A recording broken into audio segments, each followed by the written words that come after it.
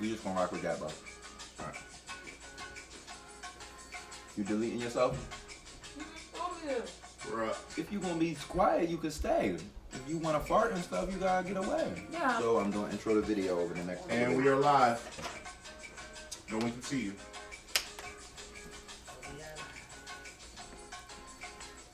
Should play this though.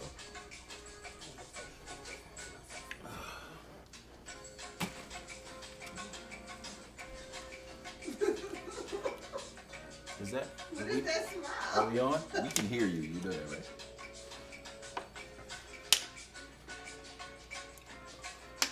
How they be doing it? You ready to go, Zach? Just seeing if we got folks on yet.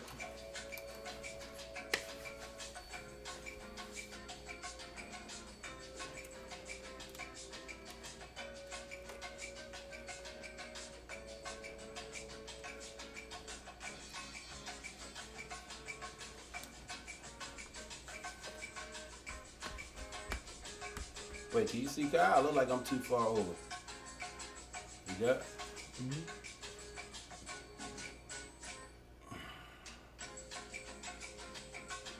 Still not getting that camera though. That's what I was asking because it's blinking red. Is it something off from it blinking red? It should be white. Double tap it again. No. Mm-hmm. Oh, girl.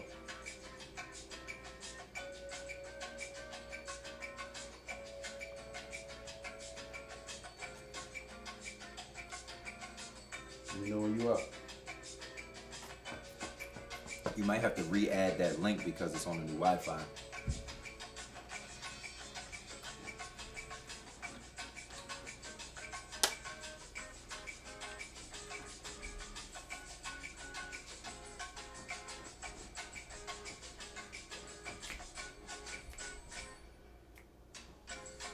Is it on?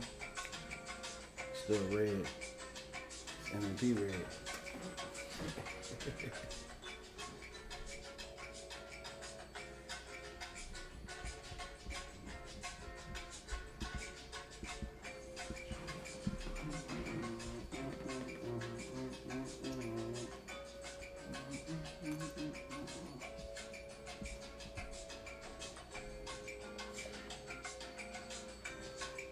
We can also watch that battery until it goes to 1 and we can wrap up. When it starts flashing, we can wrap up. Why don't we do that and I'll still try to hook this up while we're live. Y'all ready? Ready as we gonna be. Alright.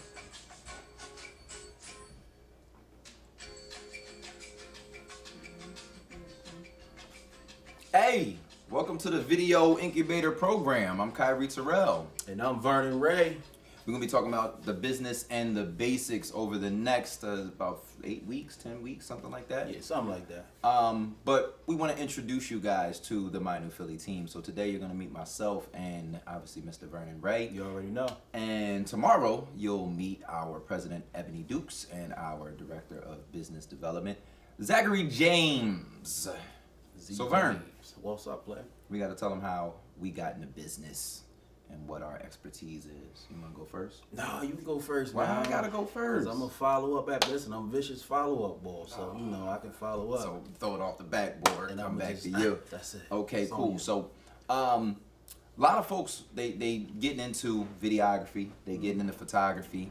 The barrier to entry is very, very low these days. Meaning, you know, you can really do it in your phone. If you're good, if you got the creative juices flowing, you can get some great content done with just an iPhone. It ain't got to be an 11. People shot, you know, movies on iPhone 6s and 7s. Very true. So it's all about your creative prowess and the things that go with that. One of the things that goes with that is business. That's why this is called the basics and the business, because there's a business side that goes with it that MyNEWPhilly has been very good at merging the two. We've been great at bringing creatives together and the business of videography and photography together. Indeed. So that's what we aim to teach you guys. So I'll start off with my journey since Vern's scared to go first. Scared. I'm scared about me. He's very scared. He's extremely petrified. Nah, I just need something to work off. Go might first. Copy then. off his Go his first story then. a little bit. If Oh yeah. nah, Go ahead. I thought not. It's all good. Go ahead. So anyway, my background is I actually started in front of the camera. A lot of people don't know that, but I've been putting out some videos recently, and people have been saying, "Hey, you should be on camera forever," and I'd be saying, "Well, that's where I started at. I just picked up the camera to make some money, right?" So my thing was, I ain't like being at my 9 to 5. I didn't like working. I felt like my creative juices weren't being exposed to the world. So I picked the camera up to stay in that whole fray of content creation, but then I kind of lost myself in like doing jobs for everybody else and you know, making money doing those jobs, but not being able to be the creative person that I wanted to be. So, you know, if you go back 10, even 20 years ago, I was always a performer. When I went to Temple, I was performing at a lot of the different shows that they would have. People would always bring me, you know, into whatever they had going on to perform. And that's really that's what makes my heart pump, is performing, is being in front of the camera. What pays my bills is being behind the camera. So my journey started in I say 2008, 9 was when I first was like, you know what, I'm gonna go back to work, because I was kind of just, you know, trying to be into music, trying to be into fashion and all of that type of thing. And I was working a bunch of, like, you know, it was personal training. I was bartending. I was doing contractor work. You was doing a lot, man. You was doing a whole lot. I was doing everything to make ends meet, Yeah. so that I could chase that dream of being an actor or performer. I understand. And I decided, because when I would go to castings and stuff, I would see the same people behind the scenes. I would be like, yo, it's a bunch of new faces out here that's trying to get these parts, but it's so many of the same people that I've worked with already behind the scenes, whether they work in the cameras, the sound, they the producers, they the casting directors. So I said, if I'm gonna make money, I gotta get on that side. That's what I gotta do. So 2008, I went back to work. I started working at Comcast. And I knew that job was a means to an end, but it was an easy way for me to make sure my bills were paid, but also start to learn and get into the filmmaking. So I stayed at Comcast for 2 years, just over 2 years, right around that. I put some money aside and I purchased a 7D. That was my first camera.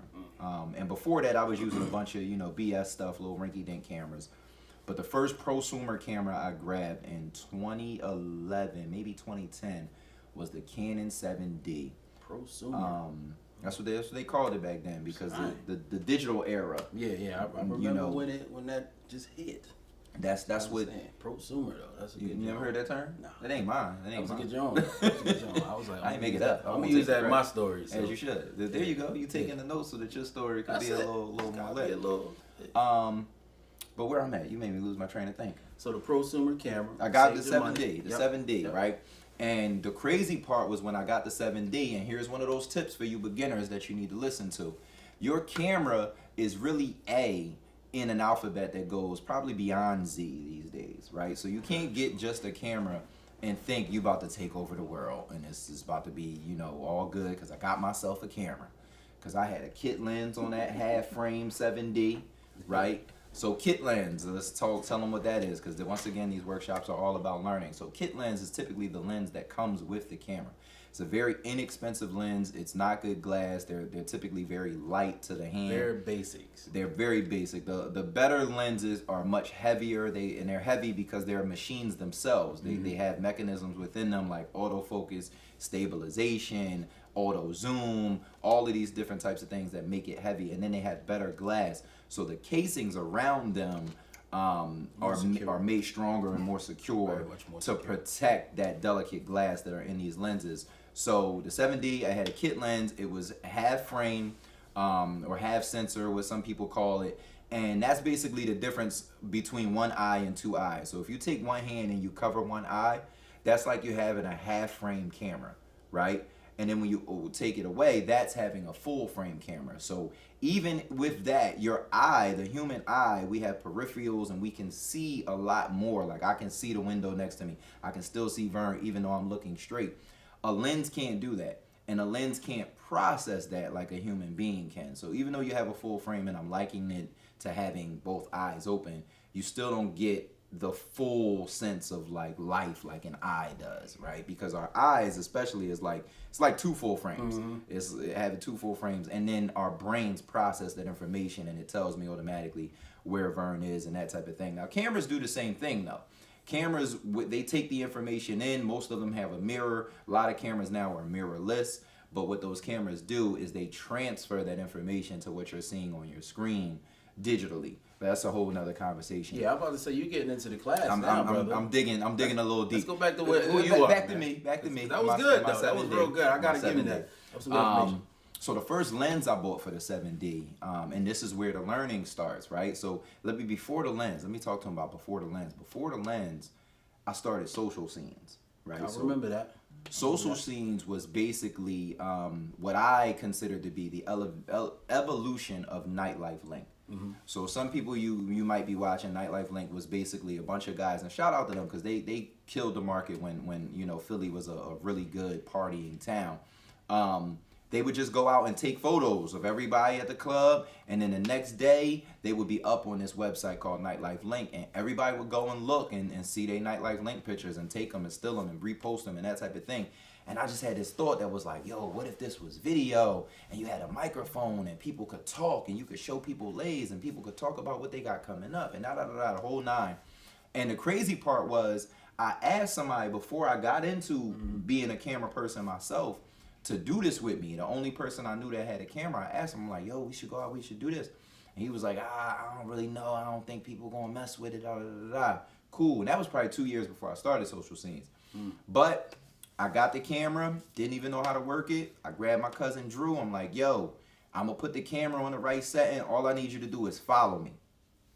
And I took the microphone that was supposed to be on your desktop. Plugged it into your and I camera. plugged it into the camera because what happened was I had a regular microphone, but I didn't understand power and gain and all of that. Right. So this is, once again, when I talk about that camera, is just the first thing that you need, but you got a lot of learning to do down the line. That's what we're here to help y'all with. Absolutely. So that microphone I bought, it ain't work in the camera. It was too strong for the camera. So what happened when you plugged it in was you could hear yourself, but amongst a bunch of static. It was trying to pull too much. Yeah. And if anybody is familiar with cameras, I'm sure you remember, the 7D didn't have audio metering on it. Right. It was just whatever you plugged into it had to do its own gain and limiting and regulation of the audio. Control it through the device itself. Exactly. So I didn't know that.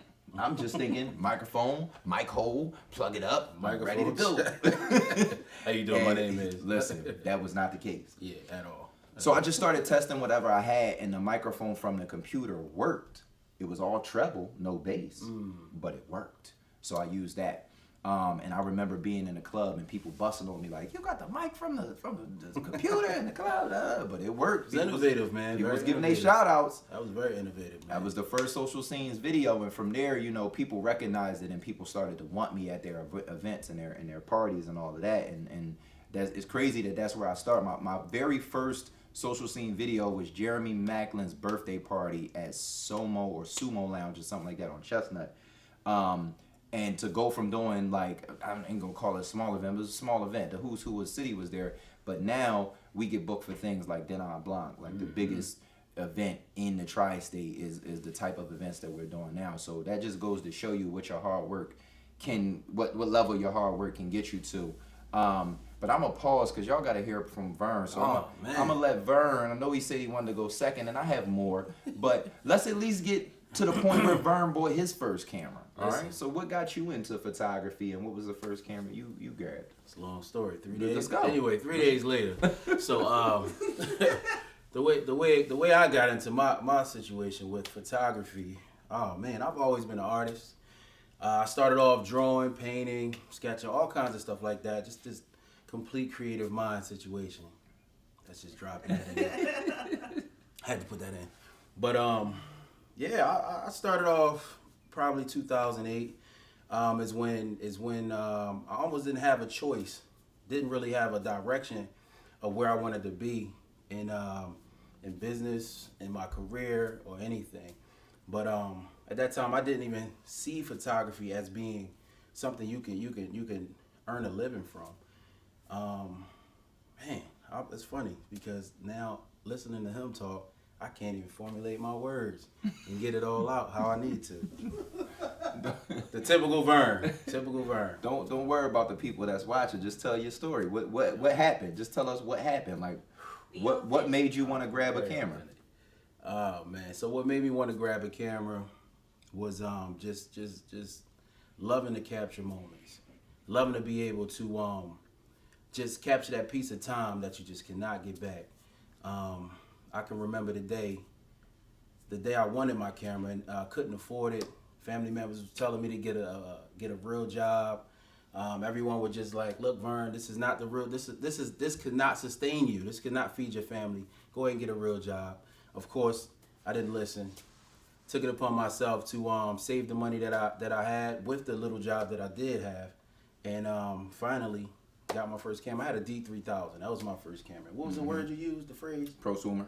That wasn't even a prosumer camera at the time. That was just a rinky-dink camera that came with the kit lenses. And I just took it upon myself and I just started to shoot, man. And that's the thing about it. With photography, you gotta learn to love it. You gotta love it. It's not even just photography with anything, but in this game, you have to be a person that can fall in love with this craft, because it's not easy. You know what I mean? It's something that takes a lot of I don't know what to do. Don't get Vern no live. Yeah, don't give me no live.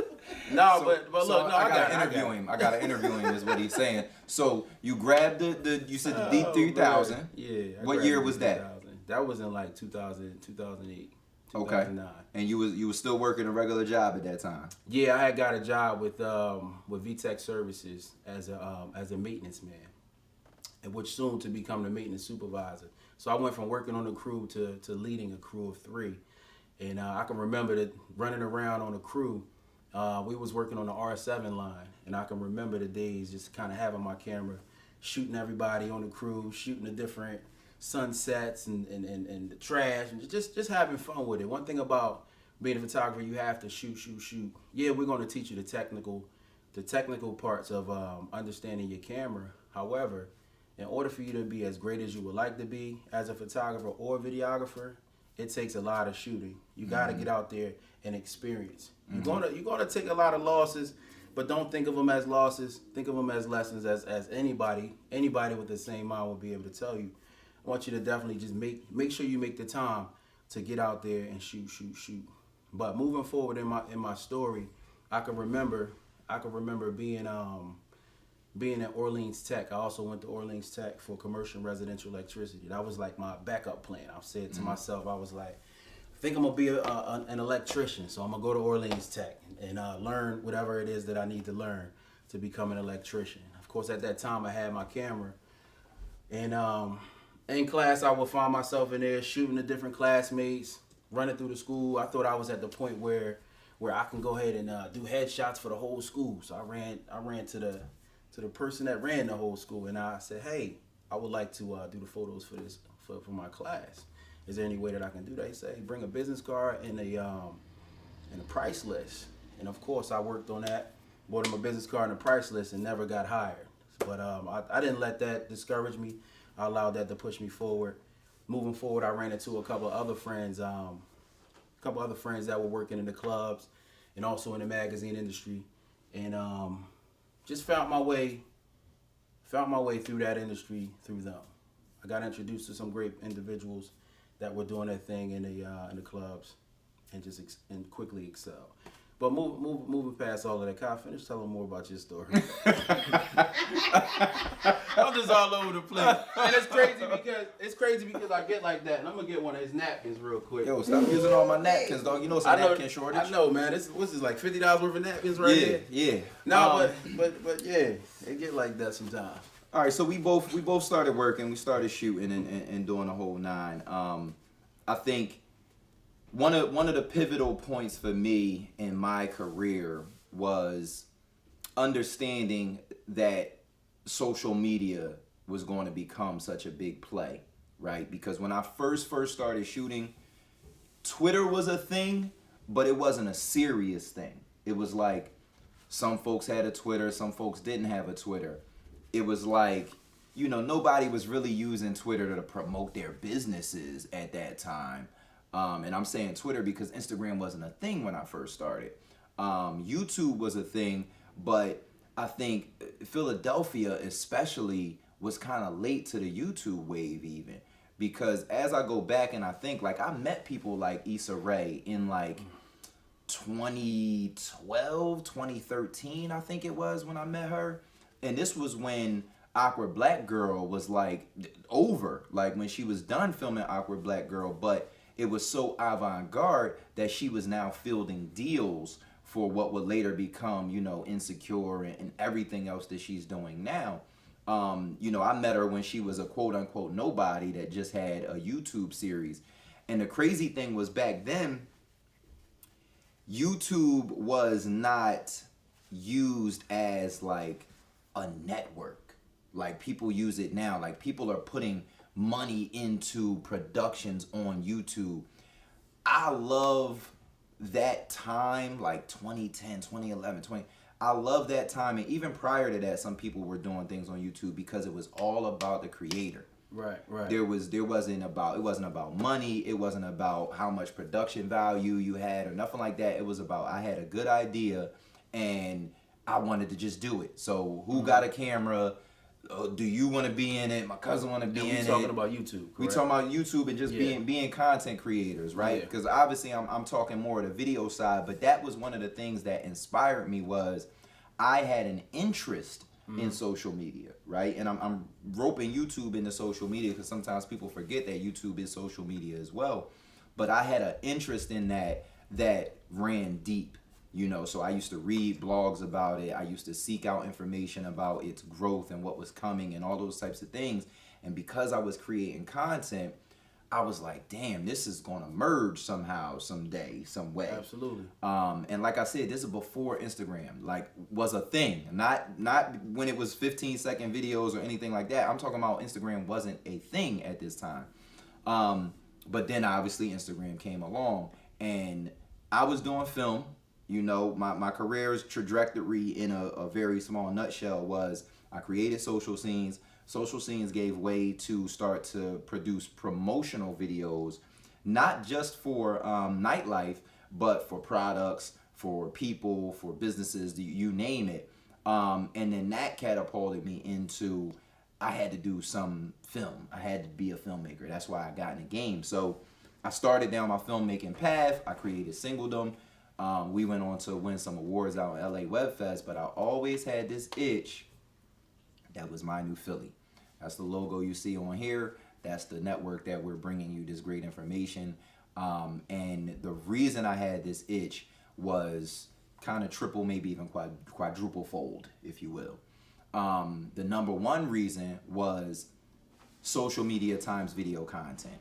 I saw a need for some station, because the news wasn't doing it, our local channels weren't doing it. And when I say it, I mean creating content that was meant for social media. I wanted to do that. I wanted to be the network that did that. So let me add to that real quick. Now, years ago, I mean, what was it? MyNEWPhilly started almost 5 years ago now. 2015. So 5 years ago, I can remember.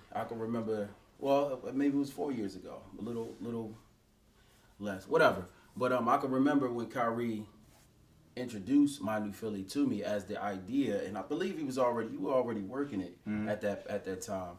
It was just in his infant or baby stages. And when I heard it, I was like, man, like that is an amazing idea, and I would love to be a part of it. How can I join up? And he just was kind of giving me the blueprint of where he's seen things going, and just how it can pretty much help the society that we're in today with how content is created. And I just wanted to add that it was just an amazing idea, and I'm still glad to be a part of it till today.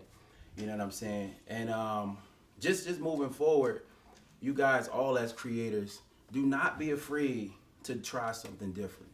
Do not be afraid to go on that limb and do whatever it is, that bright idea you may have been holding on to for so long. Don't be afraid to go ahead and move your feet towards something like that, because you never know, you could be changing the world just as much as our whole team has. You know, the whole industry has been changed by just an idea that Kyrie had, and he wasn't afraid to move his feet on it. So now, you know, in the classes that you're going to have to look forward to, me, I'm not the best in speaking in front of the camera. However, I'm really great at giving you the information and helping you understand how to utilize that information in a real world settings. You know, so I just want you guys to just look forward to some of the fun things that we got going on, some of the information that we got that we're happy to share with you guys. And man, just be ready to work, because that's what it's going to take in order for you to be able to what'd you say? I said take notes. Oh, take notes. Like Ab said, be ready to work, take notes, and just get as busy as possible, because that's our mantra, getting busy. You know what I mean? We thrive off of just getting busy and making things happen, being advocates to make some changes in this world. I'm going to touch on something that Vern said earlier. After I give you guys the other pillars of MyNEWPhilly. So, as I mentioned, social media and video content, it is just, that's what I do. That's what I love to do. But then another thing was, when I was trying to learn, there was no entity to teach. That's a real good point. Right? Good point. And the way we built MyNEWPhilly was, I literally went to people I know. Ebony was one of those people. People you've seen on a platform in the past, whether that be Charisma McElwain, Nanashka Pubalan, Matt Nadu, Adiande Till, who else is some of our early people? Sonny the Host, Kat Washington, Zakia Blaine, my son Kat, Kate Marley's, Michael Adler.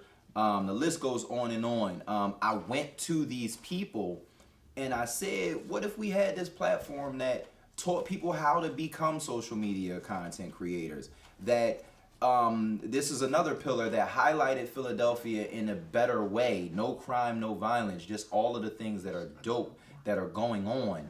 All of those things were what we wanted to highlight. So almost everybody, like if I went to 30 people, 29 of them were like, sign me up right now. And that other person that was like, I can't, probably was moving to California or something. Like, people really loved the idea. So that was one way that I knew we were onto something.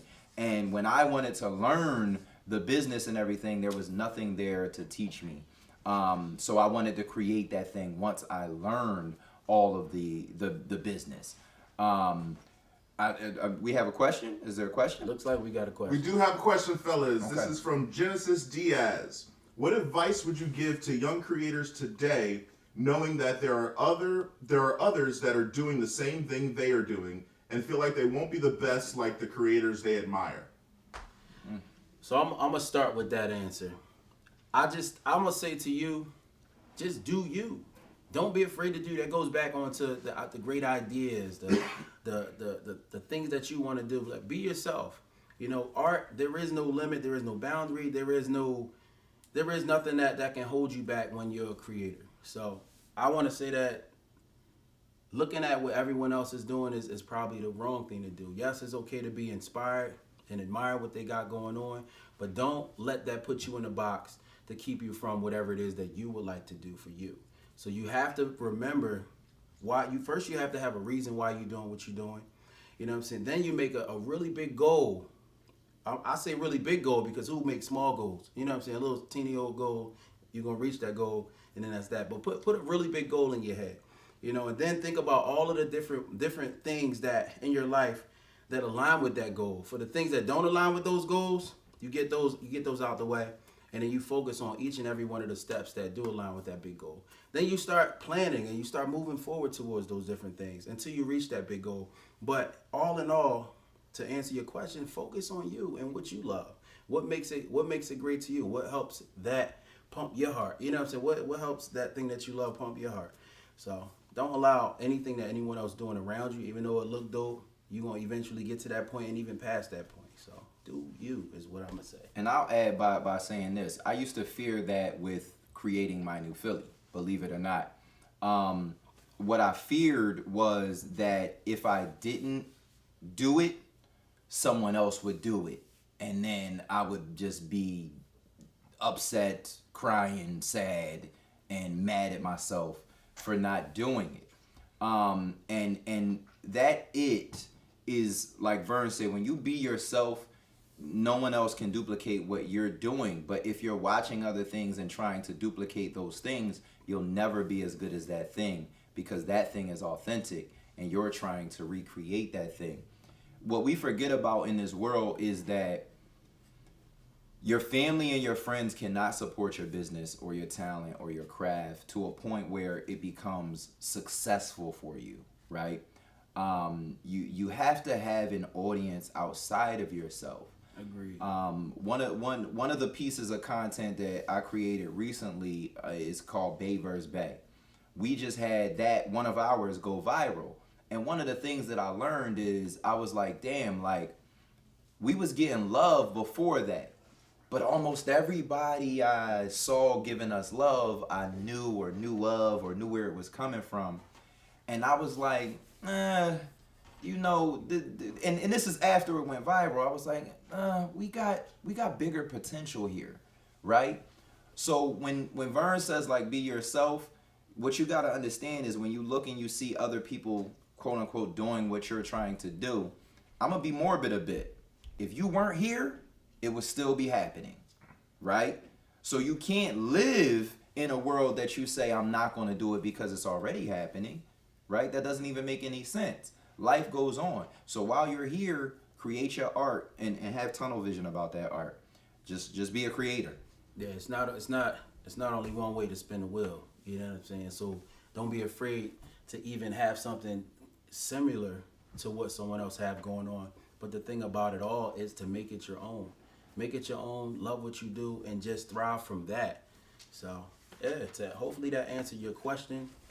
I forgot your name. Was there another one? I think it was Genesis, right? Genesis? Yep. Yeah, hopefully that answered your question though. Do we have another question? Nah, she said it wasn't. So what you'll learn starting next week is, I think my week is first. Is my week first or is Vern week first? Whose week is first, Ebony? Is it Vern? Vern's first.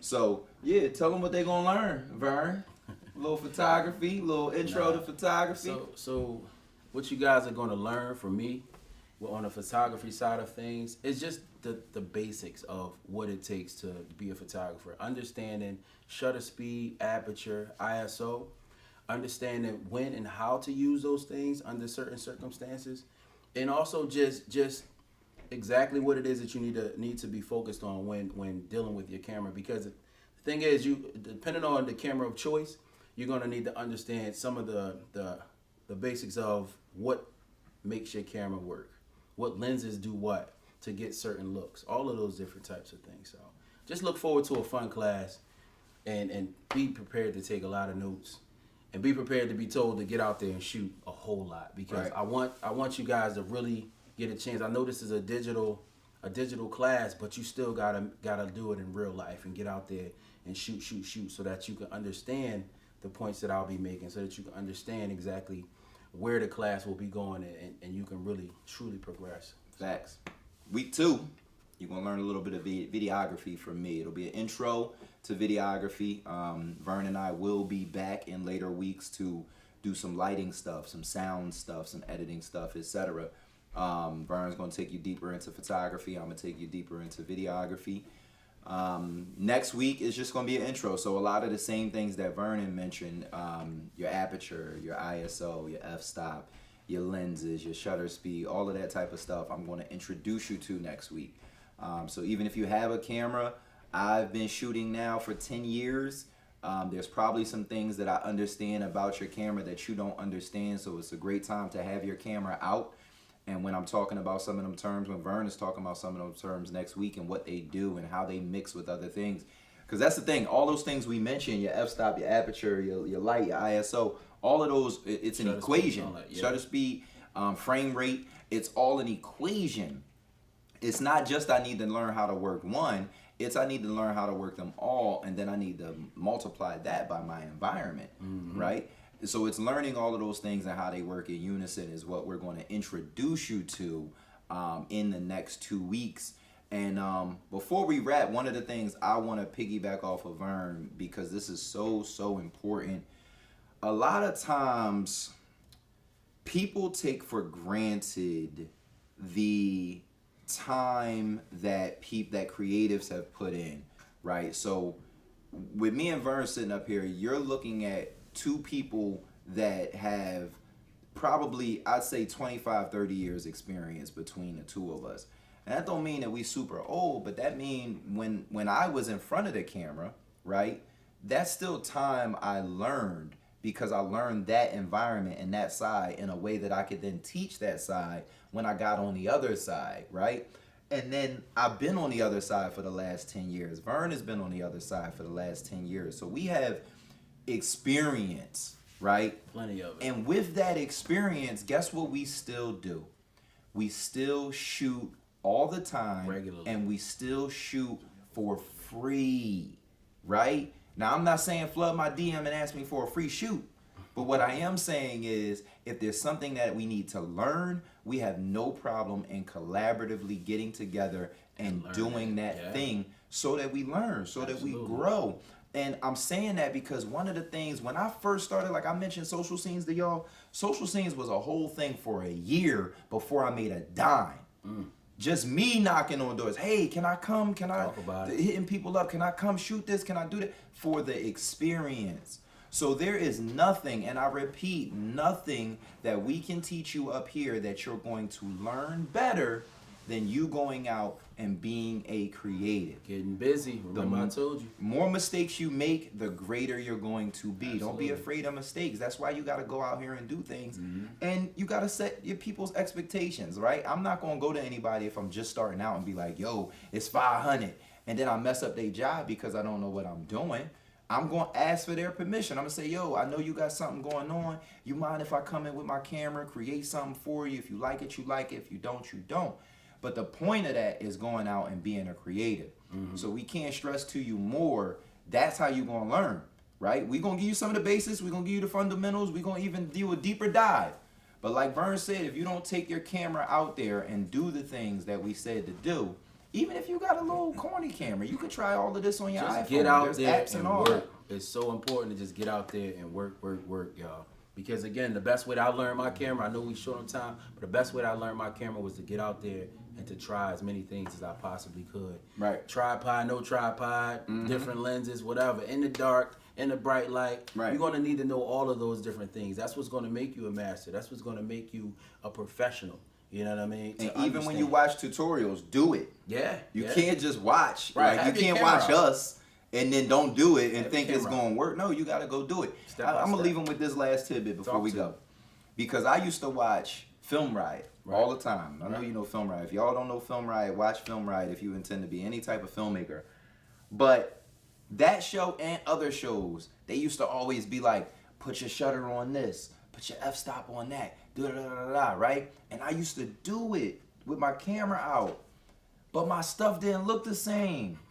And I used to always wonder, like, yo, what's going on? Like, how is not? And I didn't realize they were never telling us what lighting they were in. They weren't explaining the environment. And that was a turning point in my career.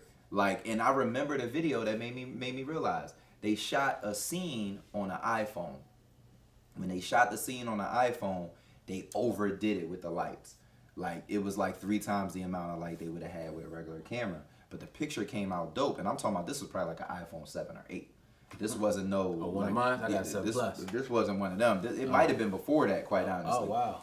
This was an older joint, but they flooded it with light. And that's a light bulb went off in my head. And I said, damn, all this time I've been setting my shutter. I've been setting my f-stop. I had this lens. All you was I missing had was that. the light. But I never realized they weren't saying this is the lighting. They never showed the behind until that video. And I was like, okay, got it. So that's my little tidbit right there of info. But there's more to come. Once again, this was just an intro. Just an intro. This was who am I and who is he. That's all it is. Tomorrow, you'll get an intro to some more of the business side. We got Ebony Dukes coming on. She's going to introduce who she is and what she does for the company and how she got to where she is. And then we got Zach James. He's gonna come on and Zach James. talk a little bit about. Shout out to Zach. He's running the camera He's right holding now it behind down us, right now. and Eb is back there too doing her thing. Yeah. Got a little production assistant type of thing going on and all of we can that. turn the camera around so we can see their faces right now. But yeah, and thank y'all for coming and watching during this quarantining thing, or I should say social distancing. It's not really sounds even a little better. we ain't practicing that. We right up on each other. Right, We like we this? better be cool. We good. We better be We all good. right. We good. But thank y'all for tuning into the video while everything is going on. I know we making light of it, but stay safe, keep your hands washed, and Please do all do. of that type of stuff. Please And, do. and tune into these. You don't got nothing else to do. Listen. Tune into these. Prepare for some fun, some learning, and just getting out here to get busy, man. So until next time, man. Stay tuned. They said you got to dance to the music. Oh. and go off. Just like this. That's what they So said. you gotta get up and be like, that's it. That's all I got for him. That's all I got for him. Until he out. Whenever you gonna turn this off. Any moment. Am I killing it? Am I killing it? Yeah. So listen, till next time, y'all. Keep going. Keep shooting.